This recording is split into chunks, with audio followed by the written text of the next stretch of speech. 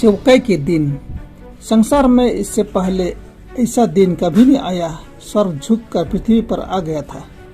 कफरनहूम में एक पतरास मछुआरे के घर में उसकी सास बहुत गंभीर बुखार से पीड़ित थी और उन्होंने यीशु उसके बारे में बताया। यीशु ने उसका हाथ छुआ और उसका बुखार उतर गया और वह उठकर मुक्तिदाता और उसके चेलों की सेवा करने लगी।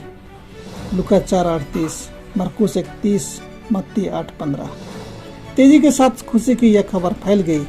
यह आश्चर्य कर्म शब्द के दिन किया गया था और रबियों के भय के कारण लोग चंगाई पाने के लिए सूर्यास्त होने तक नहीं आए। तब घरों से, दुकानों से, बाजारों से शहर के रहने वाले लोग वहां आकर भीड़ लगाने लगे जहां यीशु ठहरा हुआ था। बीमारों को डोलियों में डालकर लाया गया। वे छड़ी के सहारे आए या मित्रों के सहारा लेकर आए और वे मुक्तिदाता के सम्मुख कमजोरी के कारण लड़खड़ा रहे थे। वे लगातार आते रहे और चंगा होकर जाते रहे, क्योंकि किसी को भी पता नहीं था कि चंगा करने वाले को अगले दिन अपने बीच में पाएंगे भी या नहीं। इससे पहले कफरनहूम के लोगों ने ऐसा दिन कभी नहीं देखा गया था। वातावरण में जय की जीत और छुटकारे का शोर गूंज रहा था। जब तक अंतिम रोगी को चंगाई नहीं मिल गई, यीशु ने अपना कार्य बंद नहीं किया। काफी रात होने जाने पर लोगों की भीड़ वापस गई और फिर सिमोन के घर का वातावरण शांत हुआ। एक लंबा और उत्तेजना भरा दिन बीत गया और यीशु ने विश्राम करने की इच्छा व्यक्त की। किंतु जबकि शहर के लोग गहरी नींद में सो रहे थे, मुक्तिदाता दिन निकलने से बहुत पहले उठकर निकला और एक जंगली स्थान में गया जहां प्रार्थना करने लगा। मरकुस 1:35। भोर को पतरस और उसके साथी यीशु के पास आए और कहने लगे कि कफरनहूम के लोग उसे यीशु के शब्द सुनकर उन्हें आश्चर्य हुआ। मुझे अन्य नगरों में भी परमेश्वर के राज्य का सुसमाचार सुनाना आवश्यक है, क्योंकि मैं इसीलिए भेजा गया हूँ। लूका 4:43। जो उत्तेजना कफरनहूम में फैले हुई थी, उससे उसकी सेवा का उद्देश्य उसकी आंखों के सामने से ओझल हो जाने का खतरा था। यीशु केवल आश्चर्य कर्म करने वाले या शारीरिक बीमारियों से चंगा देने वाले के रूप में ही लोगों के आकर्षण का केंद्र नहीं बनना चाहता था। वह यह चाहता था कि लोग उसे एक उद्धारकर्ता के रूप में देखें, जबकि लोग इस बात पर विश्वास करने के इच्छुक थे कि वह एक राजा की तरह पृथ्वी पर अपना राज्य स्थापित करने के लिए आया था।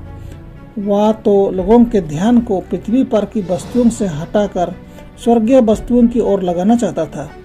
केवल सांसारिक सफलता उसके कार्य में बाधक बन सकती थी और इस असावधान भीड़ की उत्तेजना उसकी आत्मा के साथ संघर्ष कर रही थी। हट उसके जीवन में शामिल नहीं था। संसार में जो लोग पदवी, धन या हुनर को सम्मान देते हैं, उसकी चाहत मनुष्य के उत्तर से बहुत दूर थी। यीशु ने उनमें से किसी माध्यम का प्रयोग नहीं किया जो सांसारिक लोग निष्ठा या सम्मान पाने के लिए करते हैं। उसके जन्म से शताब्दियों पहले जो भविष्यवाणी की गई थी, लेगा और न ही ऊंचे शब्द में बोलेगा, न सड़क में अपनी वाणी सुनाएगा, कुचले हुए नरकट को वह न तोड़ेगा और न टिमटिमाती बत्ती को बुझाएगा।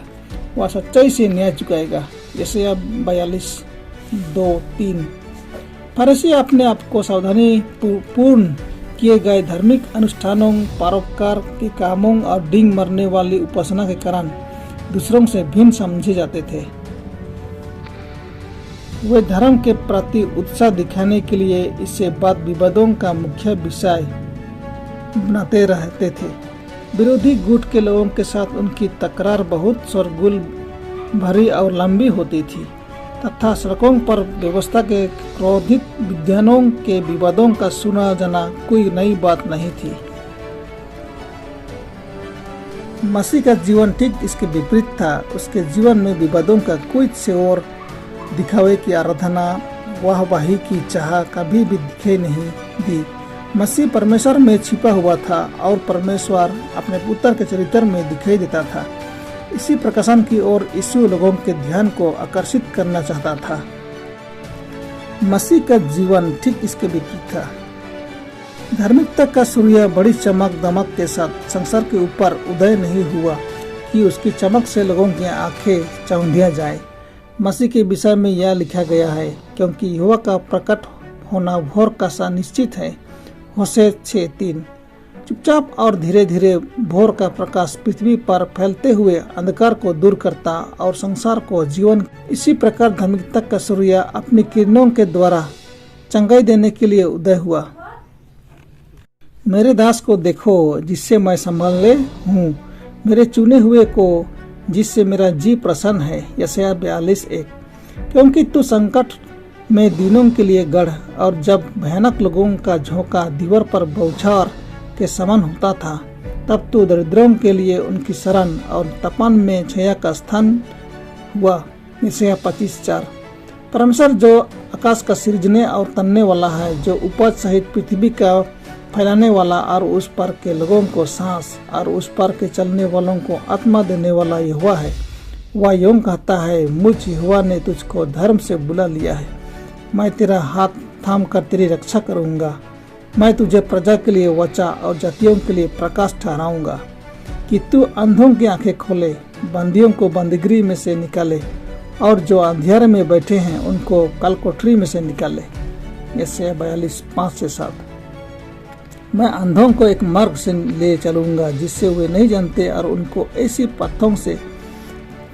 पथों से चलाऊंगा जिन्हें वे नहीं जानते। उनके आगे मैं अंधियारे को उजियाला करूंगा और टेढ़े मार्गों को सीधा करूंगा। मैं ऐसे ऐसे काम करूंगा और उनको ना त्यागूंगा। यशायाह 42:16। हे समुद्र पर चलने वालों, हे समुद्र के सब रहने वालों, हे द्वीपों, तुम सब अपने रहने वालों समेत यहोवा के लिए नया गीत गाओ और पृथ्वी की छोर से उसकी स्तुति करो। जंगल और उसमें की बस्तियां और केदार के बसे हुए गांव जय जयकार करें। सेला के रहने वाले जय जयकार करें। वे पहाड़ों की चोटियों पर से ऊंचे शब्द से ललकारें। वे यहोवा की महिमा प्रकट करें और द्वीपों में उसका गुणानुवाद करें। यशायाह 42:1-12। हे आकाश ऊंचे स्वर से गा, क्योंकि यहोवा ने यह काम किया है। हे पृथ्वी के गहरे स्थानों, जय जयकार करो। हे पहाड़ों, हे वन के सब ब्रिजों, गला खोल कर ऊंचे स्वर से गाओ, क्योंकि यहोवा ने याकूब को छुड़ा लिया है और इस्राएल में महिमान्वित किया होगा। यशायाह 44